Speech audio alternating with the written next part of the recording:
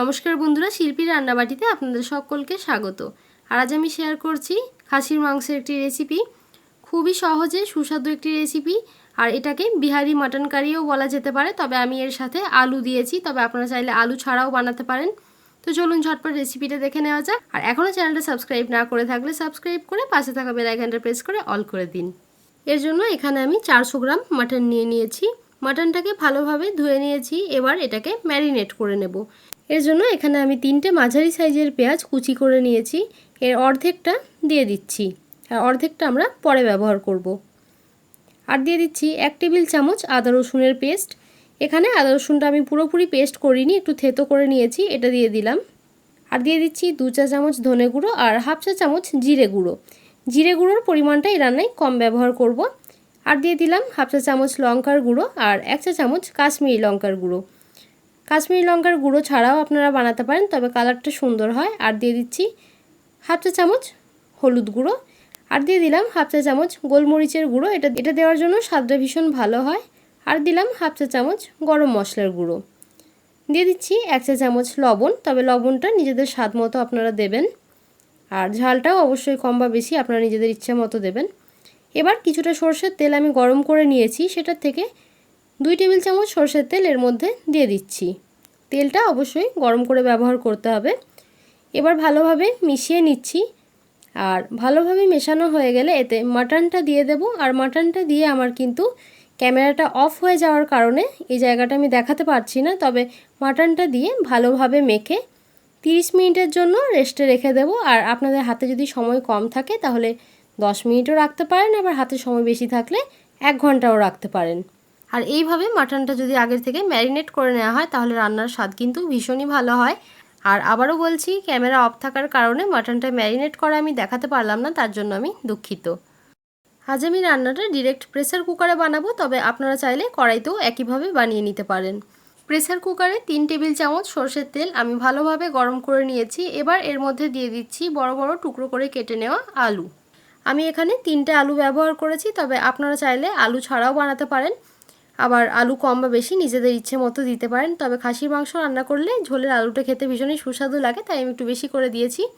দিয়ে দিলাম হাফ চা চামচ লবণ আর সামান্য পরিমাণে হলুদ গুঁড়ো।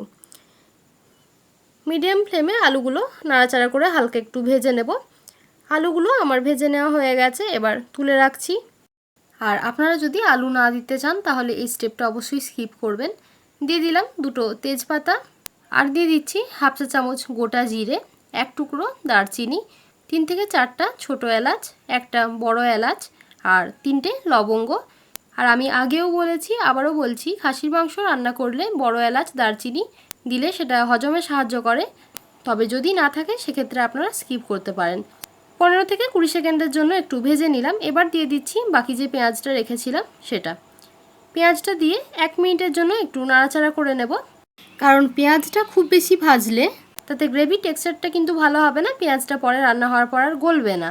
দেখুন, পেঁয়াজটা একটু নাড়াচাড়া করে ভেজে নিয়েছি। এবার আগের থেকে ম্যারিনেট করে রাখা মাটনটা দিয়ে দিচ্ছি। মাটনটা দিয়ে লো টু মিডিয়াম ফ্লেমে ভালোভাবে একটু কষিয়ে নিতে হবে।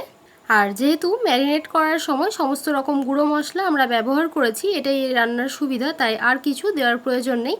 ভালোভাবে 5 থেকে 6 মিনিটের জন্য মাটনটাকে আমরা কষিয়ে নেব। আর এই সময় যদি আপনাদের খুব বেশি ড্রাই মনে হয় অবশ্যই একটুখানি জল দিয়ে দেবেন।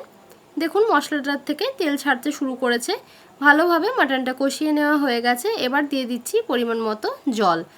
অবশ্যই গরম জল ব্যবহার করবেন, তাতে রান্নার স্বাদ আরও বেশি ভালো হয় এবং সেটা স্বাস্থ্যকর হয়।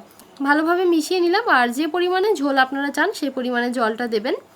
আর যদি আপনারা একটু কষা কষা খেতে চান বা মাখো মাখো খেতে চান সেক্ষেত্রে জলের পরিমাণটা আরও কম দেবেন।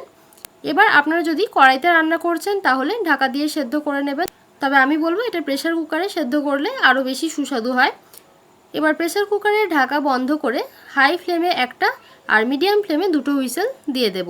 আর এই সময় কিন্তু আমরা আলুটা দেব না, কারণ এর সাথেই আলুটা দিয়ে দিলে মাংস সেদ্ধ হতে যেহেতু সময় বেশি লাগবে আলুটা গলে যেতে পারে।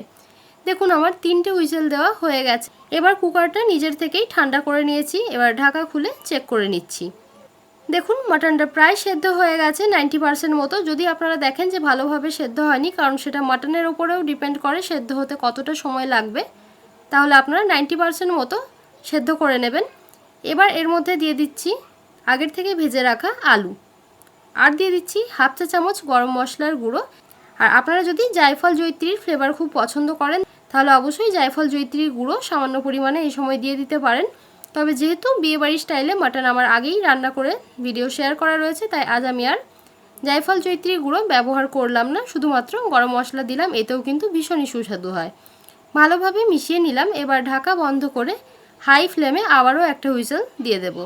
লবণের পরিমাণটা এই সময় চেক করে নেবেন। আমরা আলু ভাজার সময় হাফ চা চামচ লবণ দিয়েছি, আবার মাংসটা ম্যারিনেট করার সময় 1 চা চামচ দিয়েছি, আবারও সামান্য পরিমাণে আমি দিয়ে দিলাম। আর যদি আপনারা কড়াইয়ে রান্না করছেন তাহলে কিছুটা সেদ্ধ হয়ে গেলে আলুটা দিয়ে আবারও 8 থেকে 10 মিনিটের জন্য রান্না করে নেবেন। দেখুন আমার হাই ফ্লেমে একটা হুইসেল দেওয়া হয়ে গেছে, আর আবারও কুকারটা নিজের থেকে ঠান্ডা করে নিয়েছি। দেখুন পেঁয়াজটা কম ভেজেছি তাই খুব সুন্দর গলে গেছে। আর আমার সুস্বাদু মাটন কারি কিন্তু একেবারে রেডি হয়ে গেছে, আর মাটনটা খুব ভালো সেদ্ধ হয়েছে। আর এইভাবে ম্যারিনেট করে রান্না করার জন্য কিন্তু ভীষণ সুস্বাদু হয়। আপনারা অবশ্যই একবার বাড়িতে বানিয়ে দেখতে পারেন।